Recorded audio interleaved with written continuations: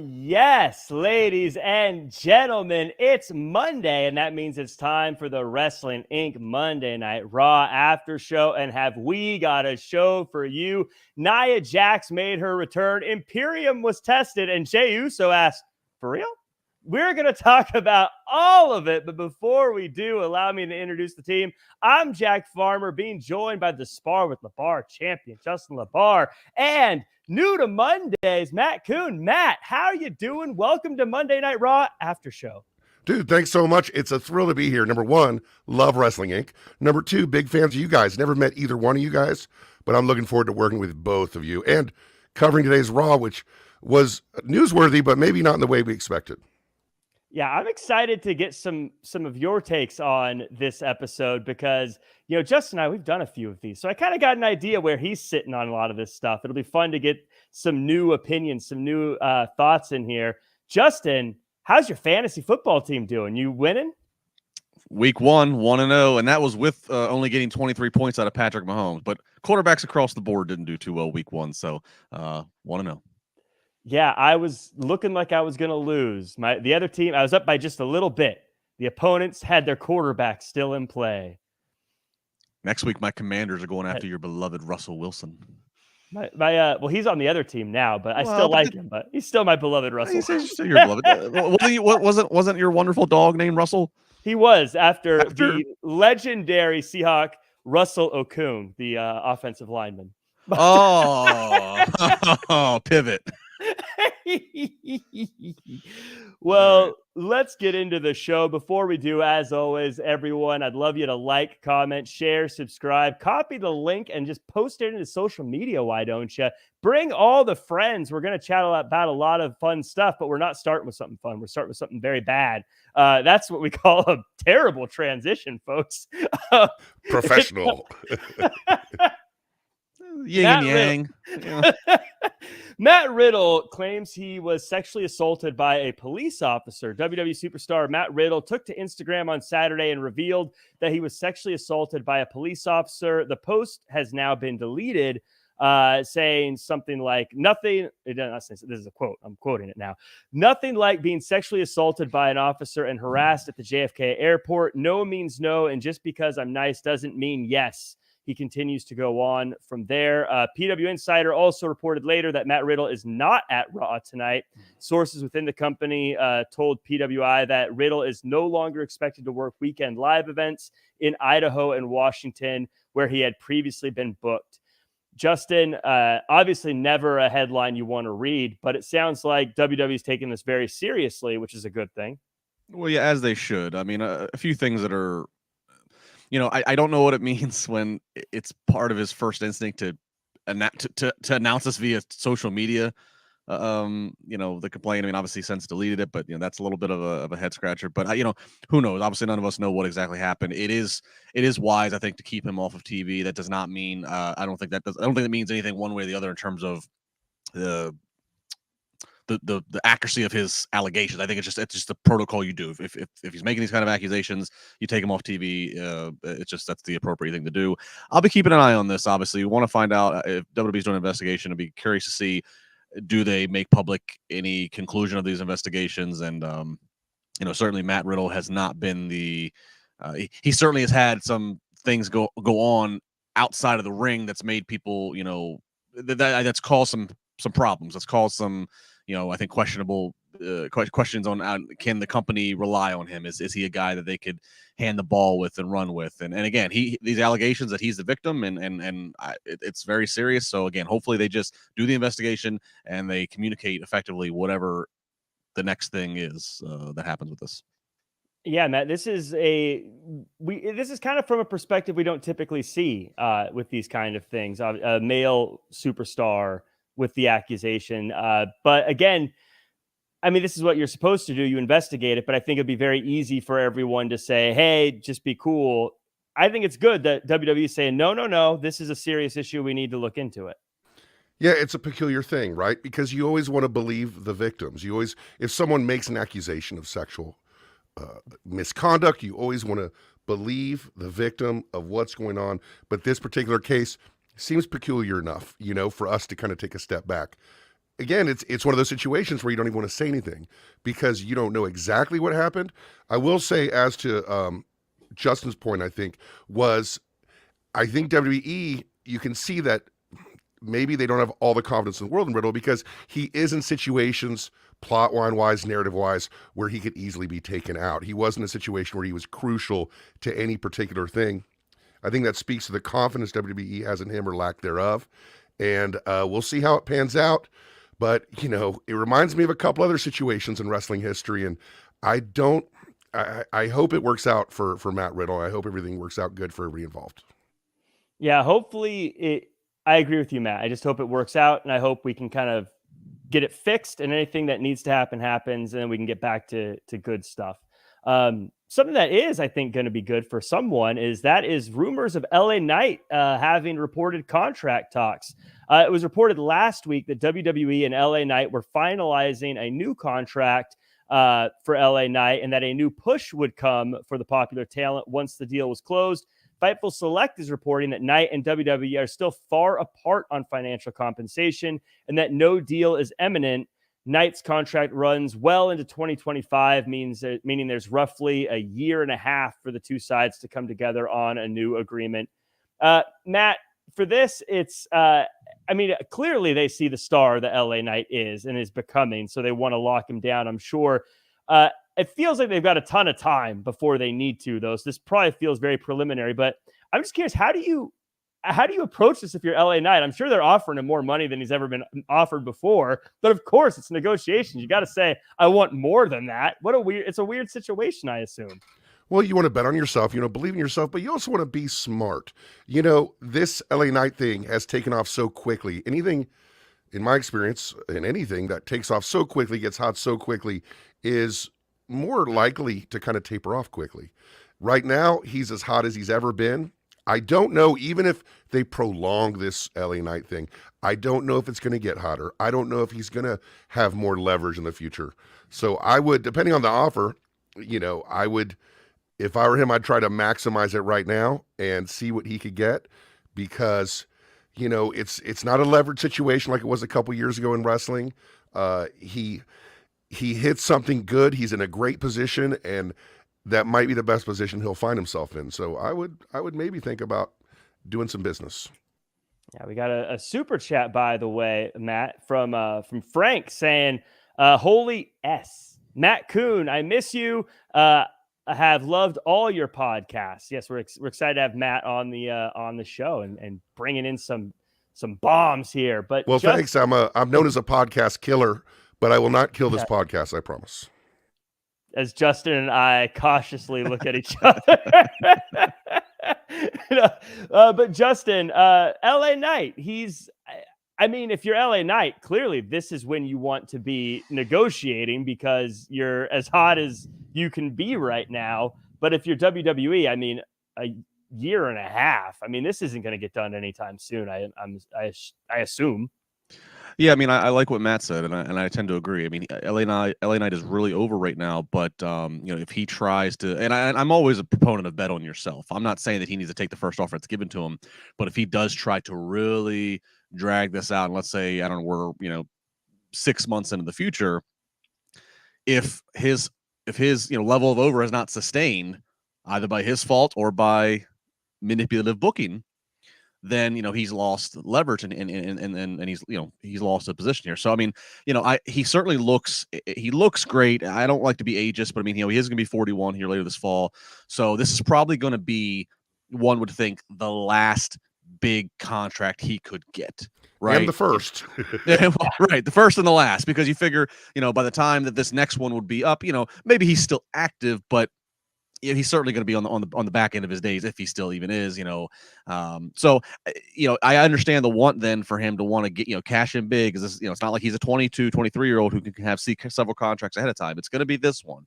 And this, he's as over as he's ever been, but wrestling over can disappear just as fast as the lightning can be in the bottle. It's just as fast as that bottle can break. So, I hope he's playing smart. I hope he has an agent. I hope he has somebody that's helping him handle this. And I would suspect he does, because I know he's done work in Hollywood. So I got to think that he has proper representation, so that way they can guide this this, intelligently, because these things can be messy, negotiations, and slippery.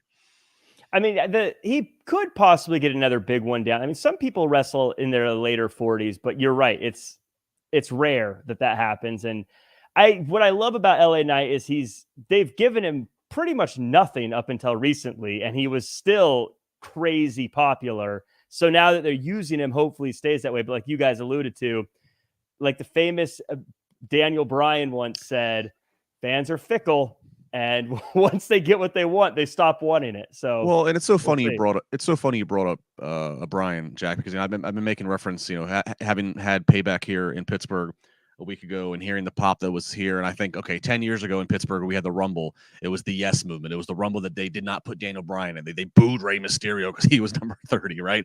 But then we fast forward a few months. I'm there at Mania 30, and Bryan finally did it, right? The Yes Movement had reached the top. He had conquered it all. He had beat the Office, beat the Man.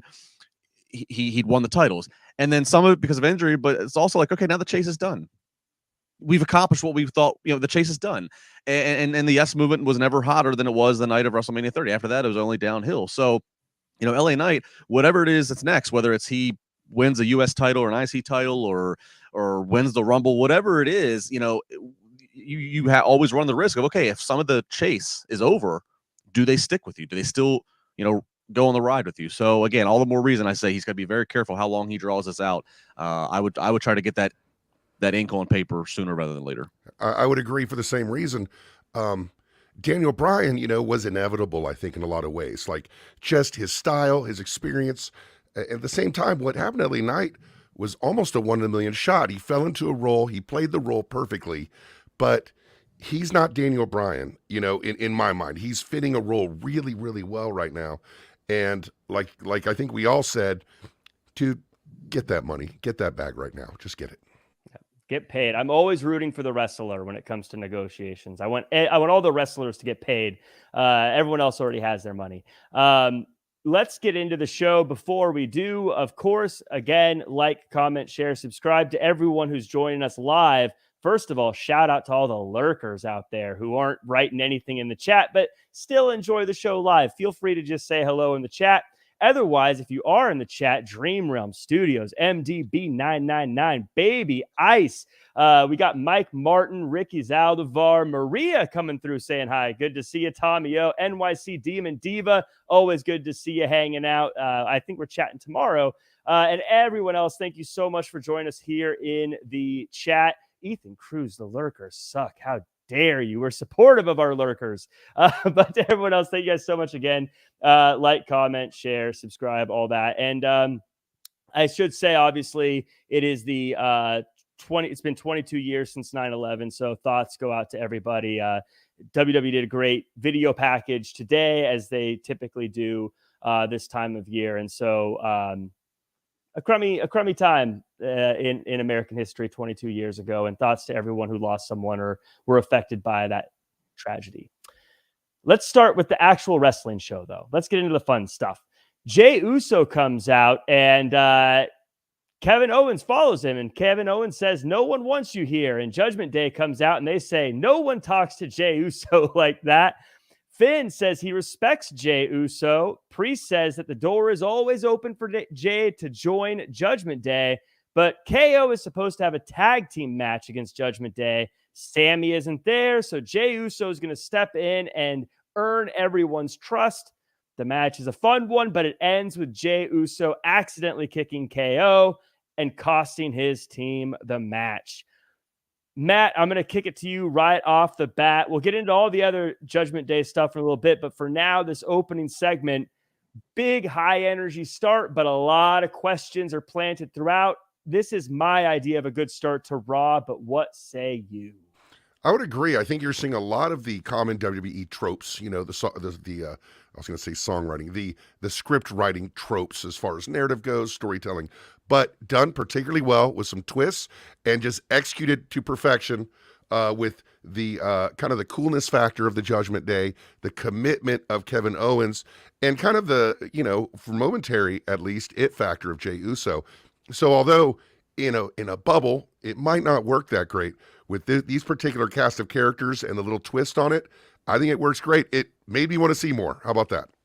That's the best you could ask for. Justin, as I was watching this, I couldn't help but think, so I don't know if it was the crowd or what, but it felt like every single person involved in this was just, as you like to say, over like Rover. The crowd couldn't get enough of everybody.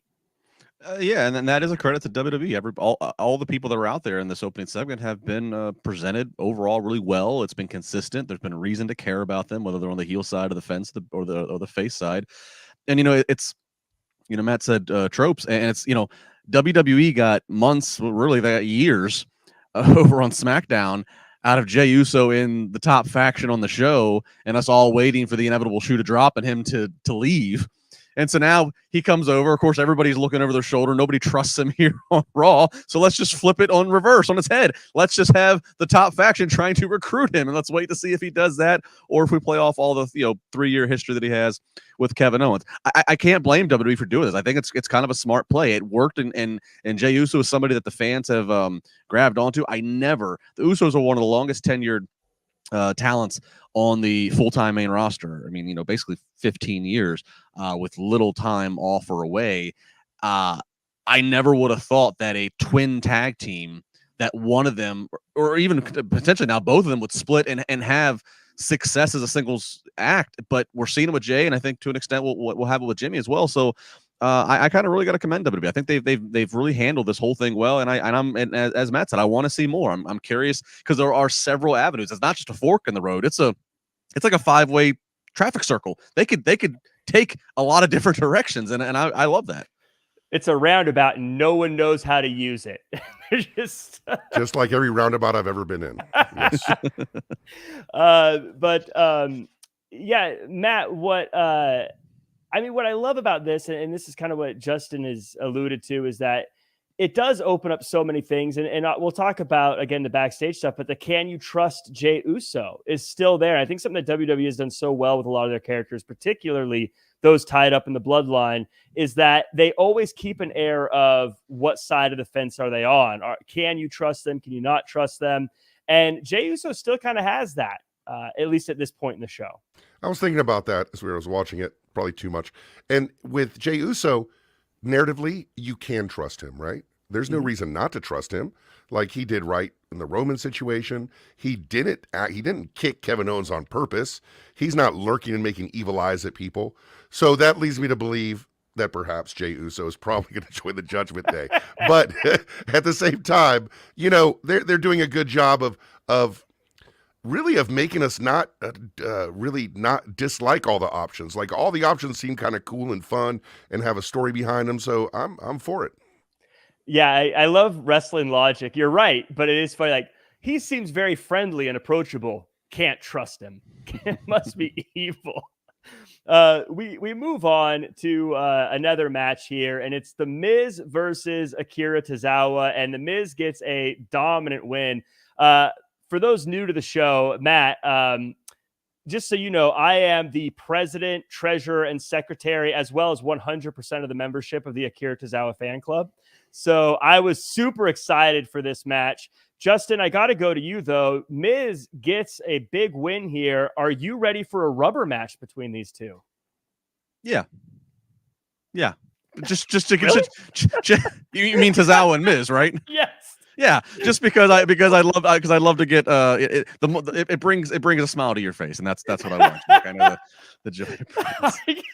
I get so pumped for Akira. Oh, I knew you were. You're the first person I thought of when they announced the match. So yeah, you are truly the 100% of the membership. Yeah, I mean, look, this is I'm a little surprised that we didn't even get, like, I thought maybe we'd at least get LA Knight's music or something, even if he didn't appear in front of the crowd, just something that would distract Miz or rattle Miz. So I was a little surprised that didn't happen. Of course, they, commentary, continuing to sell this feud. This feud's clearly not over between he and LA Knight. But no, they decided that the Miz needed to get a win back on his resume. So let's give him Tozawa. Yeah, Matt, I got to ask you, this is going to be a tough one. What was the more impressive victory for The Miz, this win or last week's defeat of John Cena? I got to tell you, the Cena match was riveting. But I will tell you, I like Akira Tozawa a lot. Like, I'm familiar with his work before WWE, and I think I tweeted, Miz and Tozawa are literally two of the best wrestlers in the world, but in very different ways. Mhm. Those two really have mastered certain aspects of wrestling as much as you can. Now, of course, it's WWE, so they're going to use Tozawa as kind of, a nerd, a dweeb, someone to lose, a geek, right? But man, Tozawa is a great wrestler in the right situation. He would be, used in a different way, like if he's in AEW. But I don't know if he minds that money or minds that. I don't know what he likes. Hopefully he's happy in WWE, but I think he's a great wrestler. And I guess it's a good idea, staying consistent with Miz and building him up for LA Knight for him to get a dominant win over Tozawa. He is a great wrestler, Matt, but he came about in the WWE when Vince was fully in charge in their day-to-day. So he's small and he's Japanese. So therefore, if 205 Live is not going to be a success, which it wasn't, then therefore he's small and Japanese. He must be comedy and he must be chasing the 24/7 title. I just want to know what happened to his giant ninja bodyguard. I don't know what happened to him, but I was surprised he didn't show up somewhere. You know what I'm saying? I heard he joined an underground fight league for a while and then disappeared. I like Akira because I feel like he just puts him like everything into everything he's doing, whether it be in the matches or the little promo times he has. And I don't know, I root for him. There was a moment a while back where he wanted to be Cody Rhodes' tag team partner, and he said, "Akira is ready," and I was like, "Let's go, Akira." Akira might get, WWE's weird like that. He might get his moment in the sun one day. Like, he got his win over Miz, so he might get a big moment one day. He might get to eliminate a big name in the Rumble, maybe. Oh, I am gonna lose my mind. Maybe Pete Rose. Happens. So we move on to a little showdown we had between Drew McIntyre and Xavier Woods. Woods wants to know what's going on with Drew, and Drew says, "Look, Kofi Kingston needs to man up and come say some stuff to my face." So Woods says Drew is jealous that Kofi won his world title in front of 82,000 people. 80 now, what? 80 what? I'm sorry. 82,000. Now they're gonna have a match. It's a great one. It's hard hitting. Vicious McIntyre getting the win. Matt, I got to get your thoughts on the attendance record that was quoted here. Just to put it out there, I love it when companies take little shots at each other, like the harmless shots at each other like this. So I totally dug it. But what's your thought on them throwing out the number there? I laughed. You laughed. People around the world laughed. Tony Khan did not laugh. I'm telling you that right now. He was not happy with that. I think with the Drew thing, big fan of Drew, can't be unbiased with Drew, just the best person, great wrestler, and to see where he's going, he's convincing. And just a thought, I don't know Big E's status, but it seems to me that's kind of the end result of all this, is that he goes through Xavier, he goes through Kofi, and then full heel turn. Out comes Big E. I don't know if Big E's healthy or not, but to me, that would be a picture-perfect story. That would be such a fun matchup to see. And Justin, Matt obviously alluding to it, Drew McIntyre not beating that heel turn allegation that's coming his way. It looks like more and more that's the direction we're going. Are you ready for the return of the Scottish psychopath? Well, he's a great heel. I mean, I'm not going to ever say no to that. It's interesting that we talk about him maybe being the one that turns heel, but I did think it was a bit of a heelish move that Xavier Woods basically used the pandemic as heat to say you won in an empty arena in the lowest time in society. Like, geez, bad. I mean, come on. You don't want to get into a legit battle of words with Xavier Woods. He's just too smart. He's too smart, too funny. But this is a really weird dynamic because you have New Day, who, I mean, look, a New Day, who've been around for an eternity, relatively speaking, in today's modern wrestling.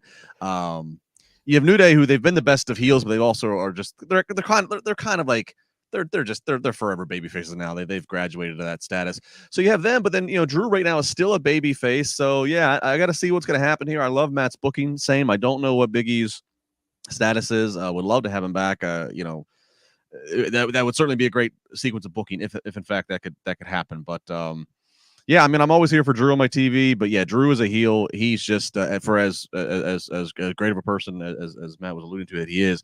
He, especially ever since he reinvented himself and came back, to WWE, NXT and WWE. I mean, his look with the sculpted body he has, that facial hair. Have you ever seen him in person, Justin? Yes.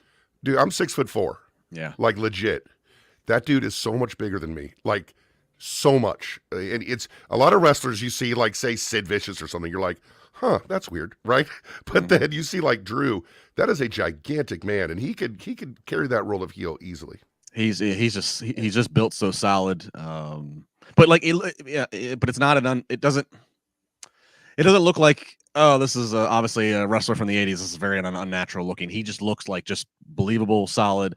But yeah, I mean, then you get the menacing Scottish accent in there. Yeah, heel Drew, I'm all for. So hopefully, if creative has something for him, he can roll with it. I would love to see heel Drew. I thought he was so good in that role. But like you guys said about size, when you see people in real life, it's weird how every wrestler, you almost get like a different reaction. You never know what you're going to get when you meet each wrestler in person. Sometimes you're like, wow, that person's massive. And sometimes like, oh, interesting. not what I expected. Yeah, I was once backstage at an indie show. I was commentating, and it was Fallah Bah against another giant. You know, it was like this battle of the giants. I cannot tell you how much bigger I was than both of those fellas. Like, I cannot put into words. And I'm like, I am not going to interview guys because I am taller and bigger. This is not good. Like, but other people, Jack Swagger comes to mind. Billy Gunn comes to mind. Drew McIntyre come to mind, are like taller than me. And I don't like anybody taller than me. But Drew got to be 6'6", 6'7". He's a tall dude. Yeah. And it's crazy too with appreciating Drew's size and appearance now. Because if you ever stood around him, you know, when Vince in 2009 or whatever, when Vince had anointed him as the chosen one or whatever the phrasing was, you know, Drew was of course tall, but he didn't have the muscle mass. So if you were near him, you could marvel at his height, but he was just kind of more just gangly, you know, with just long limbs. And then, like I said, he reinvented himself after he left WWE and, you know, and worked around the world in the indies, and then, you know, came back, and he's just, I mean, he's almost unrecognizable essentially. Yeah. He's definitely got the look for sure. Well, hopefully we'll see him do some more stuff. Like I said, I think there's more lane for him in that heel role, but we'll see. Speaking of people that are always talked about turning heel, Cody Rhodes comes out. And he wants to talk about Jey Uso, but so does Dominic Mysterio, who says that Jey Uso's joining the Judgment Day. And that is when Cody assaults Dom in the middle of the ring, Dom and JD, and sends them packing. Justin, I posed this on Twitter. I got to pose it to you here. Why is it that Jey Uso's getting an open invite when JD is literally taking shots to the face and saving the Judgment Day week in and week out, and he can't even get an offer? Because he's not main event JD McDonough. No, he's not main event. Yeah, no, it is kind of funny. I mean, that's actually something they should probably, you know, try to tap into, and could certainly be a fun segment and or match. But to the Cody point here, I'm scratching my head at this point. Exactly what are we doing right now? Cody, he's still over like Rover. Everybody's doing the whoa. Everybody's doing the music. I mean, everybody's feeling good. There doesn't feel like there's any threat right now of turning on him or that he's being forced down or anything. It feels good. But I what are we doing? Like, you know, his segment at Payback, you know, was all just to bring out Jey. And I mean, like, it feels like everything he's doing is just to bring. Like, he has no direction himself. He has no feud at the moment. I mean, I know that he, you know, it's like, it's really weird. You look at, he comes back at Rumble and everything is obviously then built to Mania for him and Roman. And then after that, immediately after that, it's he and Brock from the night after Mania all the way until they just blew that off very, very nicely, I might add, with a great endorsement by Brock at SummerSlam. And that's it. I mean, so 8 months. It's been maybe some bookers will say, oh, that's great. We've got 8 months of Cody Rhodes programming and we only had to have 2 opponents for him. I mean, I guess, but I'm just like, what are we doing? Where are we? Is he going to have a match at Fastlane? Is he just kind of like out there to be the happy Raw ambassador who's signing people? And well, like, what's going on? You know, he's like de facto GM right now. Like, I don't know. I just don't know what we're doing exactly with Cody Rhodes. Yeah, Matt, I want your thoughts on where Cody Rhodes is going and sort of what he's doing. But also, of course, the thing that's been going around is that Jey Uso coming to Raw now means someone from Raw is going to SmackDown. And there's been a lot of speculation on who it is. Kevin Owens, Sami Zayn, Cody Rhodes. Do you think it's one of those three, or is it someone else? Well, it wouldn't be one of those three because that would make too much sense and be too great. Like Cody Rhodes going would make all the sense in the world. He's like, I arranged this trade for myself. As far as Cody goes, it makes me a little, I guess, angry, a little bit. I like Cody a lot. Cody's worked really hard. Cody does these freaking extreme matches on the house show loop and goes to a table every night. Cody stays 30 minutes after every show and signs every autograph. I've seen him do it. And so what you're seeing right now is them, yes, stretching it out, like Justin was saying, stretching it out, putting him in a position to fail, stretching it out, taking advantage of him, making him work so hard to keep the momentum up. And he's doing it without anything else, without any help from the back, without any help from the writing team. I know you guys don't curse on this, but he's the Raw ambassador. He's the Raw host. And they're really hoping, hey, Cody, just stretch this out and you'll get your thing next year. It feels a little bit like if he starts to taper off, he won't get his thing next year. And if he does, it's against all odds. So good luck to Cody because he's given nothing to do. He's being put in a position to fail. But man, that guy has almost no fail in him. So we'll see what happens, but it does not make me feel like they're doing right by Cody the way he's doing by them. So you think they're testing him? I think they're, old school WWE test, right? Yeah. Testing him, and if he fails, oh well. And testing him, they're not even giving him a few with JD McDonough. They're giving him nothing to do, right? Like it's a test where the odds are stacked against him for sure. Justin, I think that you make a good point, Matt, and on the same hand, though, I don't know who he would have a match with right now that I wouldn't feel like he's just going to bulldoze over in any case. But Justin, who do you think his next rivalry is going to be? But also, I'm just curious, do you think there is someone already picked going to SmackDown? Or is this just one of those things like trade compensation so they have an easy out later? I think it's maybe an easy out later because, look, I mean, it's so... The lines are so blurred between Raw and SmackDown. It's laughable in the past when they tried to remember there was that brief stint when they were really having low viewership and they were trying. It was pre-pandemic and they were trying to Raw Underground they had like a wild card rule. 3 guys could come from SmackDown for this.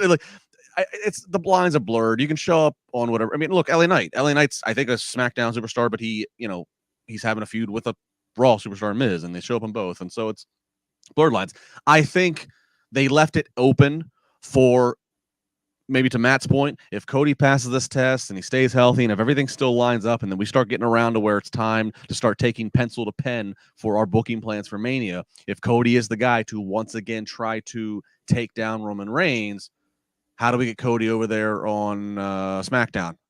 Remember? Trade. There's a trade hanging out there, compensation that we can cash in on. So that's that. You know what I mean? If they wanted to go that route, or if they wanted to go that route, and it'd be different than if let's say, well, we don't want to have him win the Rumble again, so let's have somebody else win the Rumble. That person's going to challenge for the world title that's on Raw.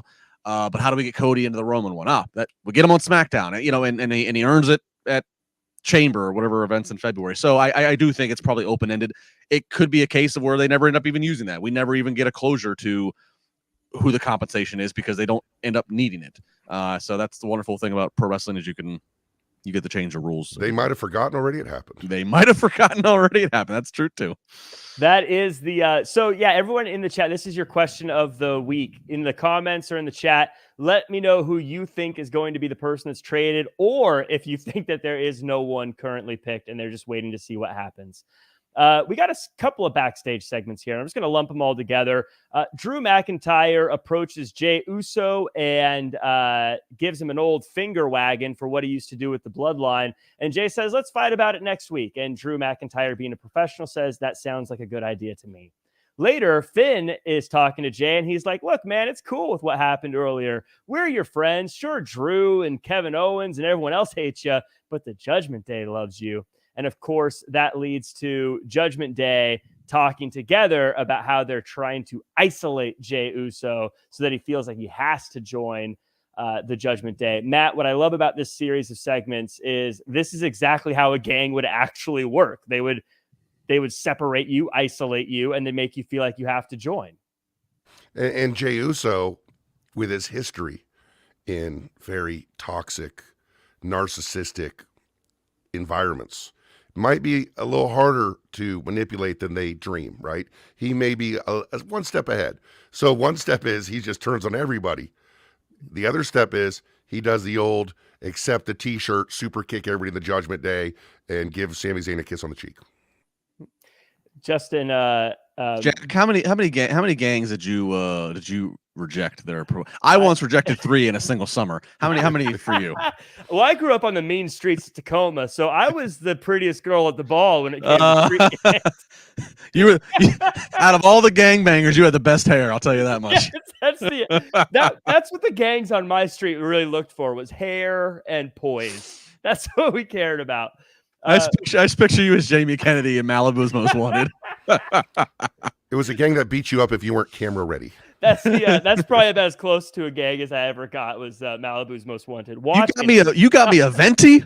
I wanted a grande. So Justin, I do got to say though, during these segments, Finn Balor, he's going through the list and he's like, Damian likes you. I like you. Dom likes you.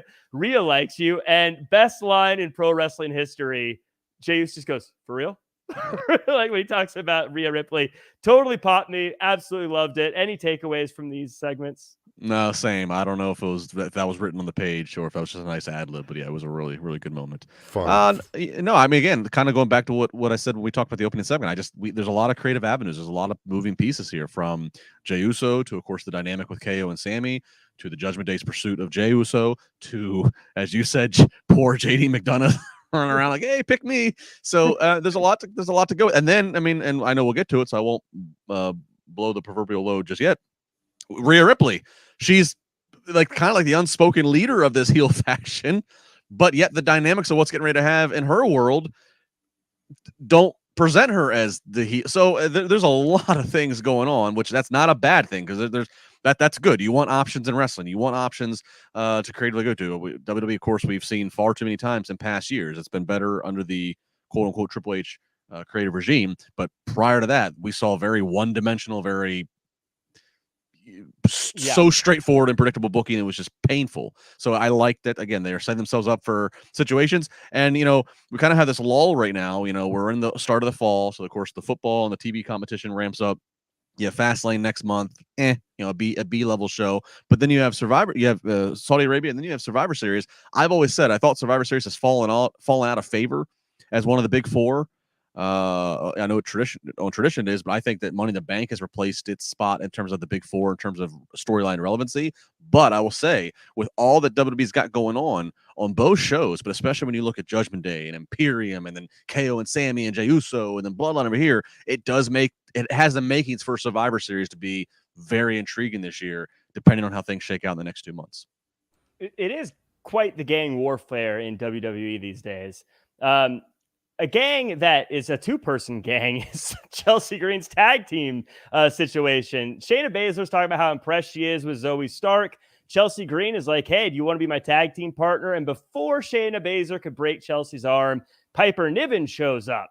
They have a match, Chelsea Green and Shayna Baszler, that is, and Baszler basically dominates this thing until the end, until she wins. Then at the end, Niven comes in, they start to brawl. Zoe Stark runs in and makes the save. Matt, what are your thoughts on this new tag team, Zoe Stark and Shayna Baszler? Is it hitting for you, or does this feel like random team paired together because we need a challenger? Well, it's the women's tag team division, so we all know it's a random assortment, but possible hopes for different singles getting elevated. And right now it looks like it's Chelsea Green. Chelsea Green comes out when she first starts with this Karen character, but she's so committed to it. She's getting better at it every single week. I was thinking today, man, she might be in one of the women's main events at WrestleMania at this point, because she is maximizing every TV moment and outshining everybody on the screen with her. I agree with you. I was actually thinking Royal Rumble. I could see her doing the thing where she's not in the ring most of the time, or, sneaking around and hiding throughout it until the very end and somehow getting a win there, because I agree with you. She takes over the screen. Justin, I like the idea of the team of Baszler and Stark, but again, it goes back to, I wish we could see them have a few matches before they looked like they were the number one contenders. Yeah, this whole thing, and I like all the women involved. I think they're all, excuse me, I think they're all talented. But Piper, Chelsea, Zoe, Shayna, I mean, they're all still, I believe, still heels. So that's kind of, it's like, who am I supposed to be? Who's likable here? Who am I cheering for? Who am I feeling bad for, or whatever? I agree with everything you guys said about Chelsea. Matt said it. She is so committed. It's working. We've joked, not joked. I mean, we joke, but it is reality on this podcast that the women's tag division is just so cursed in terms of getting any type of sustained momentum, going all the way back to the Sasha Banks, Naomi departure. And again, like, Piper Niven, she was the new partner because of what, it's like of injuries, and then she has an illness and she's out. It's like, part of me feels like, unless you can have a women's only show, even if it's just on Peacock or whatever, unless you have more TV time to give women's dedicated programming, I feel like that you are just forcing a women's tag division. I don't feel like there's not enough time to develop tag teams. There's certainly, again, it's just been the curse has not helped in terms of trying to get any consistency and sustainability of teams. I'm not saying they should just throw the titles in the garbage, but I just, women's tag, it just feels forced. It feels like, oh, we got to have a women's tag team title belts because we're trying so hard to have a certain amount of equality. And well, if the men have tag team, then certainly the women have to. And I just don't necessarily think that it's presenting. It's forcing situations. It's not necessarily presenting everybody in the best light. Like Shayna and Zoe, again, could be interesting, but I feel like it needs more time. And like Matt, I want to see more teams have matches and earn things, but we just haven't really been able to get that.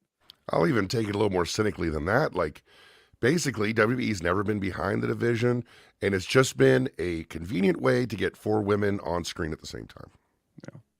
Yeah.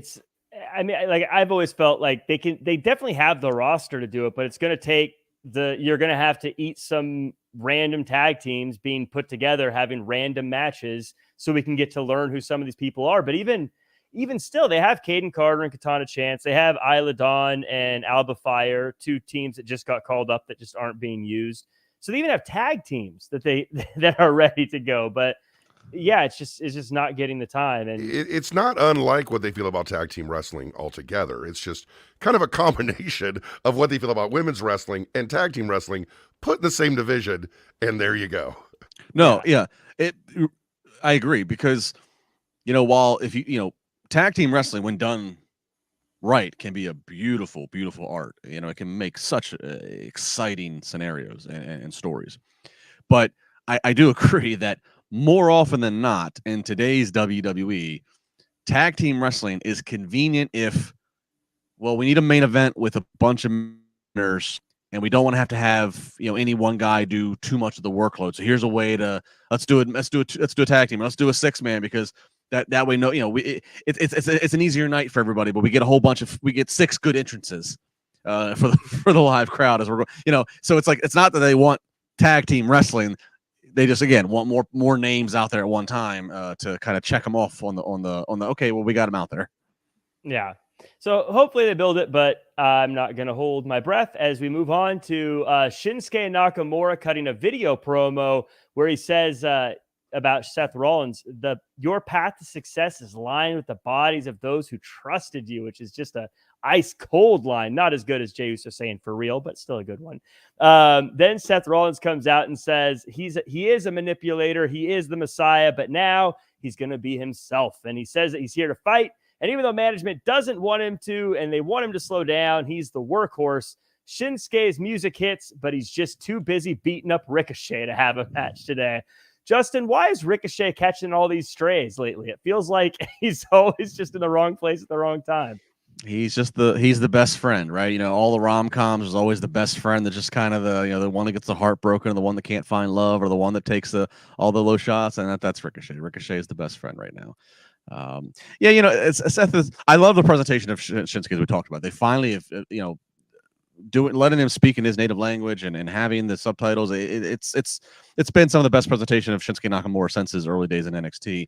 I still don't have any believability that he's going to take the title from Seth Rollins, but nonetheless, it's good to see Shinsuke kind of get that elevation. And for Rollins, I don't know. He says he's gonna be the closest thing to his true form. I mean, I don't really believe that this is. I mean, Seth is out there. He does the maniacal laugh, the goofy outfits, and the whatever. Yes, he's a workhorse. He can go in the ring with anybody. Never deny that. But I'll be interested to see where he's going with this. Like in terms of we're going to see like the real Seth Rollins. I don't think you're doing any of this at home there with your wardrobe and your laugh.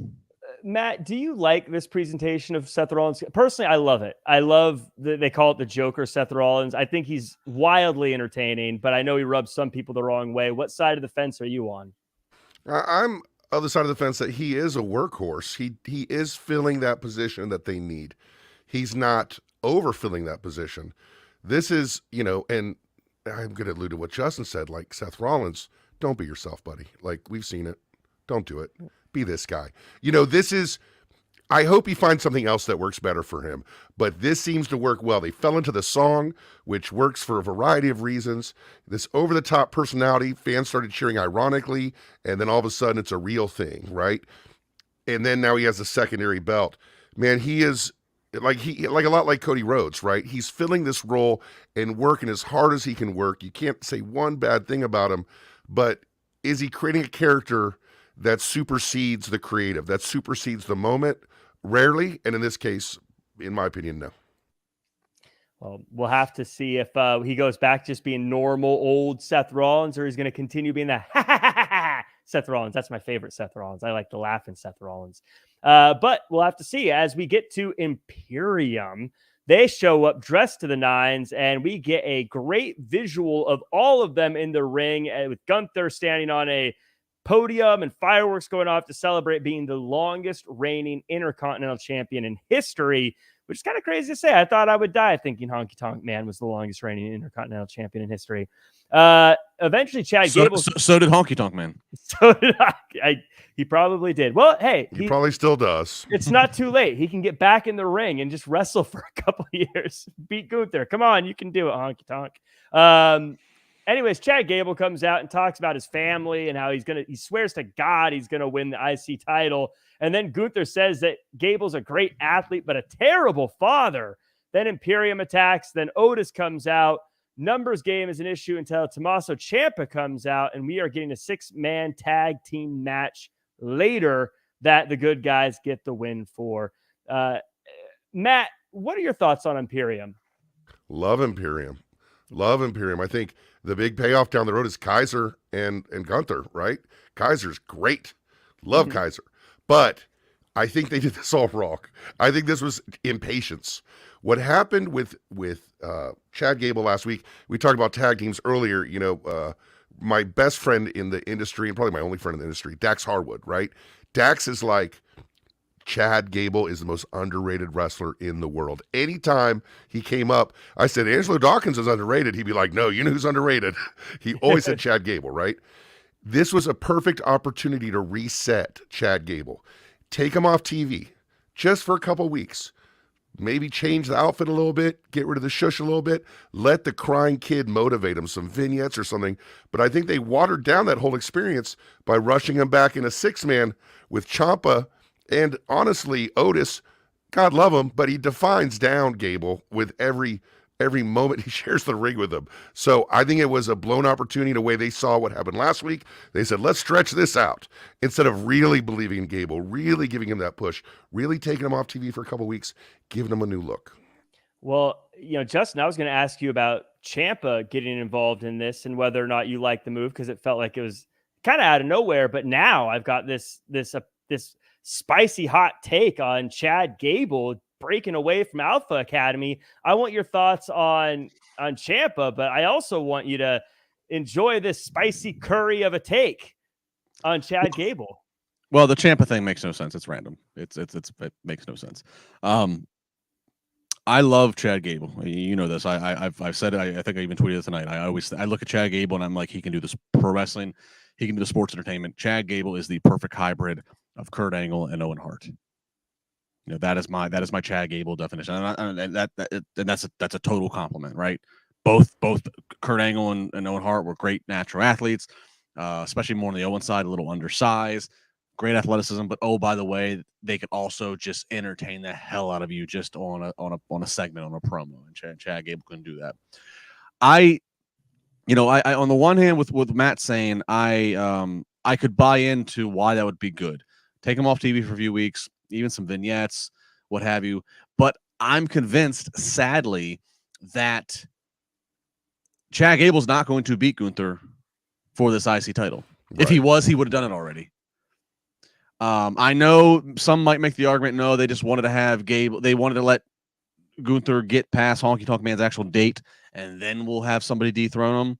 But I think if that was the case, they would have never given us the Gable match last Monday. They would have just waited. They would have bought some time. That's not hard to do in WWE. They would have bought a week or two and made it so that way Gable was the first challenger after Gunther has beat Honky Tonk Man dates, and he has that. And then he could have dethroned him. But the fact that he lost, the fact that he was the last line of defense for Gunther before Gunther needs to get to that date, and Gable came up short, that tells me WWE does not plan on Gable being the IC champion and the one that dethrones Gunther. Hopefully Gable still gets some favorable booking, and I agree. I think he needs to break as much as WWE loves the comedy and Otis is like their little Chris Farley. I think there needs to be some separation for Gable to be taken seriously. He needs to kind of be moved away from some of that. But yeah, I don't think, and they obviously value Gunther. I've said it before. I know Triple H, Gunther's he's a big fan of his and that project. And I've predicted an outline booking that I think next year at Mania, it's Gunther's not an IC champion at that point, but I think it's Gunther versus Brock Lesnar. I think that's Brock Lesnar's WrestleMania match is Gunther, and I think that's going to be that's a Triple H vision all the way. But I think if Gable is going to be the one to do it, it would have happened already, and it hasn't happened. So I think they're just stringing us along with a little bit more here of the emotions and heartstrings. Promo is very engaging. I think Gunther and Chad Gable is probably the best story they have going. Considering that Cody's kind of just, as we said, floundering around doing the ambassador thing, and Roman's just kind of being the head of the table. He's sometimes on TV, sometimes not.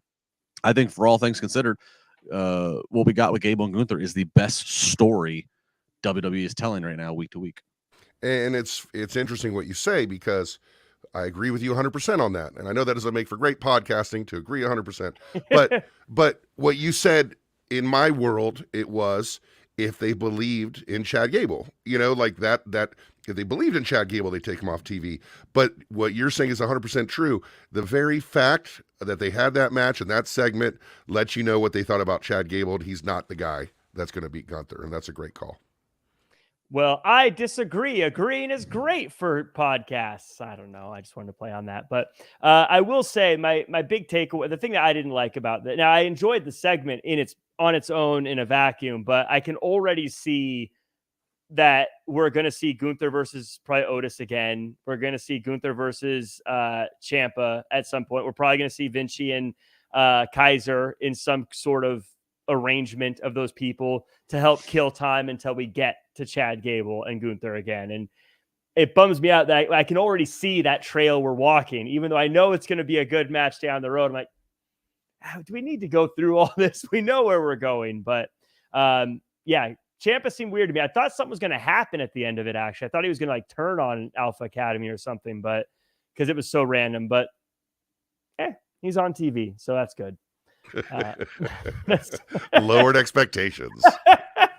If you keep the expectations real low, you'll find that you're not disappointed very often. Jack, how well can you do the limbo under that low bar?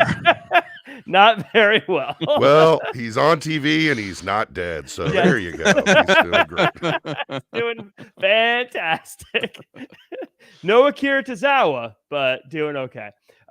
Tiffany Stratton is backstage talking to Adam Pearce, and Becky Lynch shows up, and Tiffany wants to know what Becky's big deal is with her. And Becky Lynch says she wasn't even paying attention to the dead end title reign of Tiffany Stratton, and they're going to have a match tomorrow. Justin, I'm a positive guy. This whole thing rubbed me the wrong way. I thought Tiffany Stratton presented herself well. Becky Lynch did the Becky Lynch thing, but I felt like the way this was presented did not make me interested in seeing their match tomorrow. What about you? To an extent, I will agree with that. Word on the street was there was a lot of changes that happened in the final hours before Raw went to TV, which I find that to be ironic considering today is the last day that a McMahon is the majority owner and decision maker of WWE as the TKO Holdings merger is expected to close tomorrow, Tuesday, the 12th. Mm-hmm. So there's some irony there. No, I agree. I think I first off, I love Becky going to NXT. I was saying this back in the traditional black and gold NXT when Triple H was still running that I thought there should be, when they were able to go to Brooklyn and sell out Barclays Center for takeovers and that, I thought that there should have been more crossover. I thought that you should have took some established names from Raw and SmackDown and had them do some crossover and have a big match for a takeover, what have you. I thought it warranted. I thought the environment warranted it, and that would help the brand. They didn't ever really do much of that.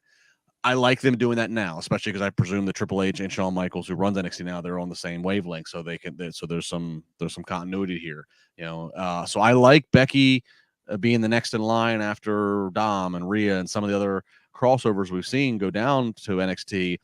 But to that being said, I think that the signing of a contract or what, I think it felt like a little bit of a throwaway that it's happening right there backstage in Adam Pearce's office. I thought that's something that you should make some time for out in front of the live audience. Let the live audience know, hey, go home tomorrow and turn on the TV Tuesday and watch NXT. It did feel less priority the way they presented it backstage. Again, maybe in the initial script, maybe it was supposed to be in the ring. Maybe they gave another match more time, which that bumped it to a backstage pre-tape. Who knows? It could be a million things that we won't know the answer to. But I agree, it did feel secondary when it should be something that's a big deal. You're taking Becky freaking Lynch, who has been in a main event of WrestleMania, and you're putting her on the Tuesday show. The Tuesday show that has momentum right now with rising viewership. That should be touted in a bigger manner, not just stuffed away in Adam Pearce's closet backstage. Yeah. And Matt, the thing that really, I guess, griped me about this, and I tend to judge Becky Lynch harshly, so I'll just put that out there. But I felt like you're trying to sell me on this match. And when they have Seth Rollins go to NXT, he's like, Braun Breaker is the next big thing. I want to really test myself. I'm a workhorse, and you're a great challenge. I'm going to be a part of this. Dom is like, hey, maybe I should become a champion. Maybe I should be the North American champion. That'd be great. Becky Lynch, I guess it rubs me the wrong way that we've got this champion here, and she's like, I wasn't even paying attention to you. Your title reign is dead. And I felt like, I get that you're supposed to trash talk your opponent, but this felt like the wrong kind of trash talk. And the wrong character. I think with Becky Lynch, I think sometimes she just comes off that way. Like, she's not someone who talks you in a building so much as her presence excites people when she goes to the ring. She's someone who, they could have done a better job, but, it's going to be funny when the ratings come back and you'll find out Dominic Mysterio is a bigger draw than Becky Lynch is on NXT. But to Justin's point, first of all, I got to disagree. That black and gold era to me was perfect. I went to all those Barclays shows and oh my God, I mess with any of it. But you have to give them credit because with Dominic and Seth, they have really, and Rhea, they've mastered the art of the cameo, of the drop-in, and how to maximize it. It's not really for me. It doesn't really excite me. But, man, those ratings don't lie. So you got to give it up for WWE for finally figuring out a way to integrate the rosters in a meaningful way that is metrically, noticeable. Justin, I got one more thing on this one. This part is the other company, AEW. We talk sometimes about them, how sometimes they don't follow up on things very well. And sometimes they'll do something great, and then they leave it kind of stranded. Austin Theory beats John Cena, someone many people call the greatest of all time, and they kind of forget about it.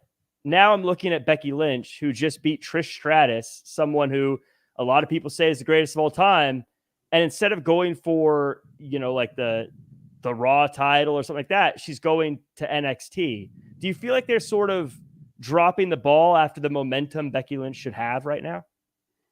I mean, it is a questionable sequence. You're right, to have this a feud that I thought went a little bit too long with Trish, and then have again the big blow off gimmick match of a cage and beating her. And then I can see that being the case. I think I could buy into it because again they had Tiffany Stratton at Payback, and they've been trying to plant the seed here that there's this issue. But I think to the point of, you're kind of trashing the title reign and this and that. It is an interesting sequence. It goes back to the women's divisions, I think, in all kinds of different crazy directions of who do they have, who do they want to use, where do they want things. It points to Tiffany winning, right? you would think, yes, if I was to put money on it, I would think this points Tiffany. I don't see Becky Lynch becoming the NXT Women's Champion. After trash talking her, the title, the division, and then she goes in as a babyface and beats her. I don't see unless Becky's getting ready to take some more time off, and so they figure, well, if she's going to be off, we might as well let somebody cash in on that. Can Becky lose the title and then lose the match and then just go, oops, I guess I lost, and walk away? She could lose, but I think she needs to disappear for a little bit. That's what I mean. I think she'd have to disappear for a little bit, resurface at Rumble or something. I don't see how she just loses on Tuesday and then shows back up next Monday on Raw and cuts the promo that she's the man. You know what I mean? I think that's what I mean. If she's taking some time, if she's asked for some time off, going into the fall, going to the holidays, maybe she has an injury that she needs to heal up or something. If that's the case, okay, then again, let's let somebody cash in and let's get the rub for being able to write Becky off TV. And so let's do that with Tiffany Stratton. But if that's not the case, then then I'll be really watching tomorrow closely to what they're unless it's like a full passing of the torch endorsement situation, where it's like, she beat me fair and square, we'll be together again, but this is the next star of the women's division where they're shooting Tiffany Stratton up to the top of the rocket. But Tiffany Stratton would be an interesting gimmick to do that, though, with her. To basically do what Brock just did to Cody, that would be like, I don't know. I mean, I agree with the logic of what you're saying, Matt, but that would surprise me if Tiffany Stratton is the character they decide for Becky to, give that. Yeah, because that is a pretty big thing to do, but I guess you got to tune into NXT to find out. We'll see what happens over there. So I guess the segment worked. I guess the segment worked. All my naysaying, and here I am saying I got to tune in to find out. That's why I'm not a booker. You'll find rather quickly that my booking ideas not good. You're not going to want to stick with my ideas. So none of ours are. None of ours. Nobody's. Yeah. Justin's are good. I always give him the pencil, but most fans on Twitter, they're awful. Twitter bookers, just give it up. It's not working. Raquel Rodriguez has a match with Rhea Ripley for the title, and no Judgment Day can be at ringside. It's a fun one. It's hard hitting. It's a slugfest. We even get an Eddie Guerrero frog splash. But fellas, the story is at the end when Nia Jax shows up, gets involved, costs Raquel Rodriguez the match, but then lays out Rhea Ripley and basically is standing tall at the end of the night. Justin, I know you are a huge fan of Rhea Ripley and Raquel Rodriguez. I've never heard your thoughts on Nia Jax. How did you feel? How did you feel about the surprise at the end of this show and Nia Jax? I mean, she's not like most girls. First off, when they had this as the main event, again, they always try to end the shows with some type of cliffhanger or surprise or something. So I was, for a match that's not the first time of these two meeting each other, that's what I was, as I'm watching that in Monday Night Football, I'm like, all right, how are they going to end Raw to justify this as in the main event? Funny enough, we did a little Chair Shot Reality mini reunion a few weeks ago leading up to Payback, and me and the guys were talking about how I started the conversation by saying that Rhea is just so dominant and she's just on such another level beyond any of the other females in WWE that, Raquel has the stature physically, but they need to tell me more of Raquel's backstory, and maybe Raquel will circle back later, but it's not there yet. I felt like they've ran out of challengers for Rhea, like legit challengers, and they almost needed to introduce, whether it was a call up from NXT or a free agent signing, they need to have a fresh female talent come back in. And also need to be somebody of physical stature that could, be believable. You couldn't bring in somebody who's 5'4". I just didn't feel it was going to work. And somebody in their conversation had said about Nia Jax. So interesting that's what happened. Now, what I posed to you guys is here's the real kind of funny dynamic. And I tweeted something just before we started this podcast, and so far all the Twitter, or I guess X, whatever, response has been just so overly negative about Nia Jax, about she's a terrible worker, she's dangerous, she's going to injure Rhea. So it's like, you have Nia Jax, who's kind of like a dirty dom. Everybody loves to boo her for one reason or another. So you have Nia Jax, who's clearly the heel, and tonight she displayed heel antics. She attacks Rhea, After the match, she does like a bonsai drop. She slaps Rhea's face. So Nia is clearly the heel. And then you have Rhea, who the crowd has been gravitating to want to kind of cheer because she's Rhea Ripley, but yet she's in a group that everybody else is booed. So, like, does this lead to Rhea, like, do her Judgment Day compadre start to, like, you know, get mad that she's being cheered to the audience? I'll be interested to see. What do you guys think? How do they play this? Because it's clearly going to be Nia and Rhea moving forward, but Nia is not going to be positioned as a babyface in any which way. The crowd ain't going to have that. Yeah. Well, I'm sorry. Go ahead, Joe. No, you take it away. So, Rhea is the ultimate tweener in a lot of ways. Like, that's an issue she's been having where fans don't want to see her win. Fans don't want to see her lose, but they do want to see her. Yeah. Which not because she's really a spectacular wrestler in a lot of ways, but just because of her presence and her character, the way she carries herself, she's great. I had the same thought you had watching the show. I'm like, I literally had the thought, this is when someone would debut, because neither one of them is going to be this huge moment if they win where they can be on the turnbuckle and throw the graphic on the bottom, right? That's not the moment. And I'm thinking, nope, nobody. I can't think of anybody. And then out comes Nia, As far as your question, I think they're going to allow Nia to stay, or Rhea to stay exactly where she is. I don't talk bad about wrestlers. I don't talk bad about like the way they wrestle, or someone's good or someone's bad. But with Nia Jax, I do have concern every time she touches somebody, every time she does something that she might hurt them. So I'm not saying I know what I'm talking about, because I don't. I've never been in a ring, but I've seen injuries a few times with her, and I'm saying that's a natural reaction I have when I see her do things like the bonsai drop, and I go, oh my God, I hope she did that right. I don't have that thought about any other wrestler on the planet.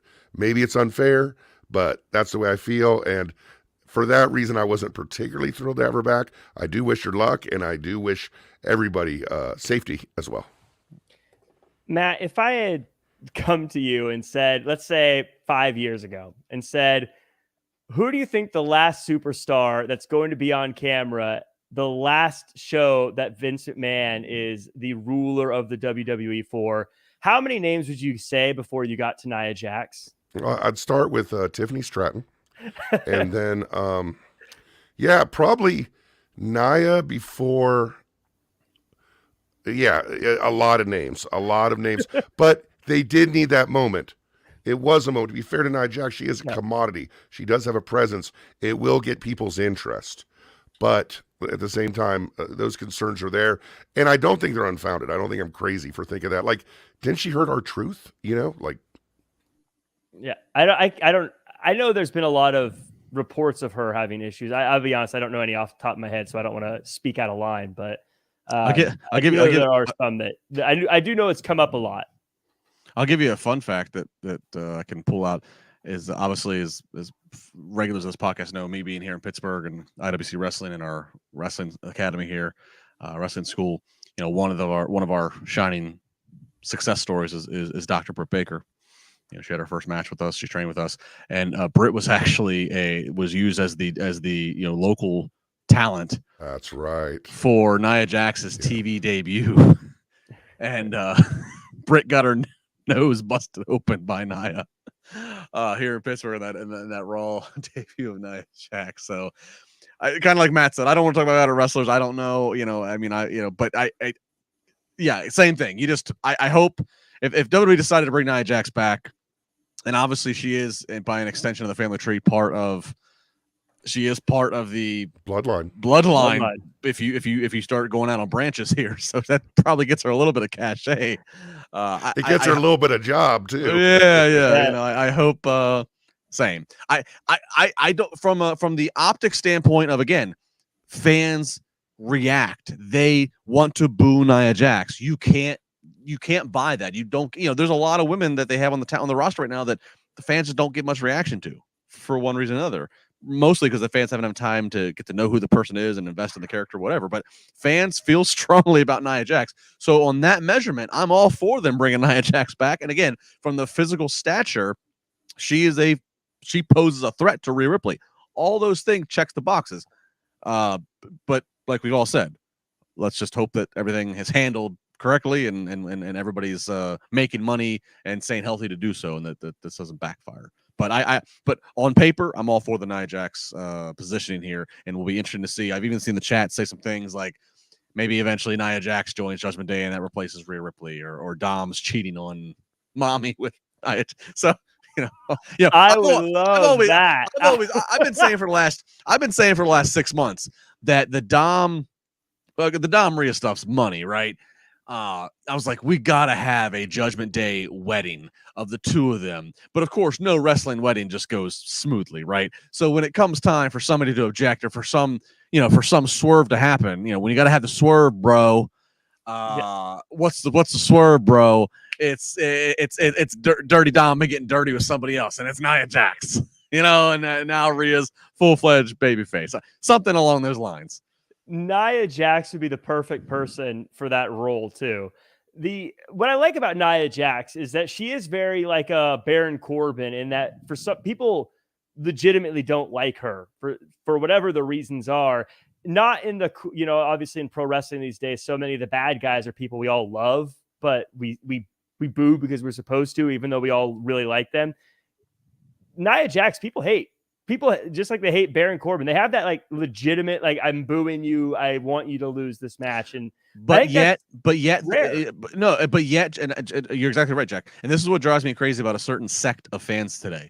You say all that, and I completely agree with you.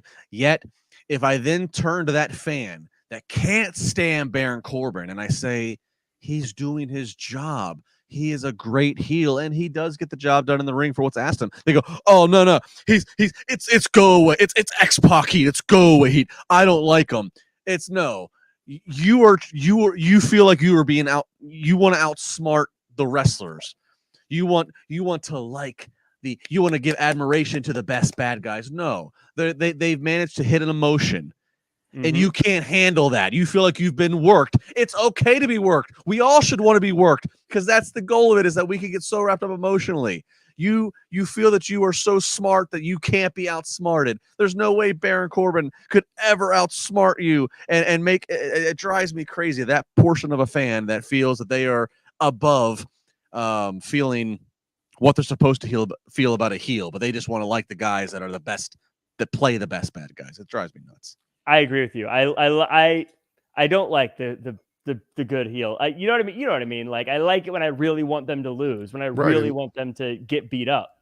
Right. And people like AEW, I almost tweeted it, but then the AEW fans, whatever, and I'm cool. I support AEW 100%. AEW doesn't really have anybody whose butt you want to see get kicked. Like, you need those bad guys. Hogan, for sure. Orndorff, Piper, you know what I'm saying? Austin, for sure. Vince McMahon, like, you have to have those guys in there, and that's what WWE does well right now. Right now, Raw is filled with guys that you don't mind seeing them get their butts kicked. You'll pay money to see them get their butts kicked. It's a different level of making money, in my opinion, than I want to see a good match. If you're choosing between those two concepts, I'll tell you, it'll stand out forever. I was at WrestleMania this year, and when Dom came out for his match, like Dom and Ray, I mean, it was in LA, so obviously there's going to be a hometown feel there a little bit, but like at least the people I was standing next to at the time, like, we were all so into that match, and they're not the people you think of having 5-star. Well, Ray is, but Dom isn't someone who's like a 5-star match guy that you think of right off the bat, but people were so into it, wanting to see him get beat up, wanting to see him get his. Now, I think people kind of like Dom because it is so cool to boo him. But Nia and Baron Corbin, I think they're the two that stick out to me, as just still have that, like, people just hate them. And I mean, Baron Corbin's issue is he was put in a lot of positions maybe before he should have been. And he was miscast in a lot of things. But every single time he did his job the best he could possibly do. You can't be mad at Baron Corbin for booking himself against Kurt Angle, because guess what? He didn't. Yeah, I would say I'm going to shout out Goodfella here. QT and Callis, probably best analogy for AEW. Yeah, Don Callis is not beloved by the fans of AEW for the right reasons, I think. I like to boo Don Callis also. So, well, and I hate the the terminology of a 5-star match. I hate the fact that a 5-star match has become, it's believed that a 5-star match has to be from a work rate of moves standpoint, when it's, if you're a guy like Dom or whatever, if you're somebody who can get a whole lot of reaction out of doing one move or one thing or like that, that's 4-star, that's 5-star, that's whatever. That doesn't have to, the 5-star should not have to mean, oh, they did the most moves per minute ratio. This objective artistic analysis. Yeah. Where you say, I have a standard of what I feel is a good match. But it's about the reaction of the crowd. Wrestlers say it's about what draws the most money, which I would argue is the reaction of the crowd. When you talk about Jack, I was there too. When you see Ray versus Dom, when you see the Usos versus Sammy and Kevin, and you see fans invested in winners and losers, WWE in the little window where Triple H took over, fixed a lot of stuff and it takes a lot of work to undo if they tried to, and it's really had this lasting impact where he's coming across as a bigger star. You're cheering the good guys, you're booing the bad guys. As tough as a 3-hour show is to watch, you got to give it up for WWE for really flourishing in this moment, 2023. I will say, final thing on 5-star matches, my 2 favorite matches, it goes back and forth depending on the mood, is Hogan versus Goldberg and Hogan versus The Rock, and not a lot of super kicks in either of those. But a lot of fans in the seats, though. If you look at what's his nuts name? If you look at Meltzer's 5, what's his nuts could be a lot of people. Yeah, right. Yeah, I didn't say slap nuts. Yeah. I don't think he gave a 5-star rating to Rock and Hogan at Mania 18. You know, a night that two guys. I mean, and that tells you everything you need to know about ratings. Yeah. So let's wrap this up here. We've done our hour. We're going to go around, and everyone in the chat, let me know what your overall thoughts of the show were as we go around the horn. Matt, I'll let you go first. Overall thoughts of Raw tonight, and where can the world find you online? You can find me online right now, just on Twitter at Matt Koon Music. I'll probably be doing some podcasting and videos and stuff like that as well. Thanks for having me on. I think I'm on next week as well, and I think we had a lot of fun this week. Overall, I thought the Raw was good. I think they made a real effort, and I think effort is what counts. I'm talking about a creative effort, production effort. The wrestlers were great. They're filling their roles. It's not a home run for me, but man, it was pretty good. I'd give it like a B+. You know, I like that you said that, the effort, because I feel like sometimes people think I'm overly positive, but a lot of times I look at what were they trying to do? Did it work or not? Maybe, I don't know, but what were they trying to do is a lot of times what I look at. And yeah, I teach kids music, so all I talk about is effort all day long. So effort is all you got, and when WWE is lazy, there's nothing worse. But right now, they're hitting on all cylinders in a lot of ways. Hopefully they find something for Cody to do. And Justin, where can we find you, and what did you think of the show? The show was okay. Again, 3-hour show, as we talk about every week, that's a tough thing to do. But they're in this weird spot. We're in the start again of fall. You have 2 B-level premium live events in a row. That is what it is. Again, they're accounting for football coming back and fall programming. So, they're not going to necessarily put forth they're not going to have their best guns all on the front line right now. So I thought, for what it was, that there's a lot of stuff, as we talked about, that's worth investing in and following. And so we'll see where it goes. I agree with what Matt said. There was an effort. It was like, okay, again, we're not going to be using Brock Lesnar right now. We're not going to be using Logan Paul right now. We're not going to be using Pat McAfee. We're not going to be using some guys who are, easy, marquee, flashes. But here's who we are using, and let's put the best effort forth with these guys and girls. And so that's happening. And so I commend them for that. So it was what it was. There's things I'm tuned in for next week. Let's see what happens. In terms of following me on social media, at Justin LaBar across the social media, here on Monday nights, here on Wednesday nights, every Friday on Busted Open Radio and Sirius XM, with myself, Dave LaGreca, and Thunder Rosa. So spar with LaBar is always fun there. Looking forward to with you guys next Monday to see where we're at. And again, tomorrow, huge day. If you're watching live, I guess we are in tomorrow.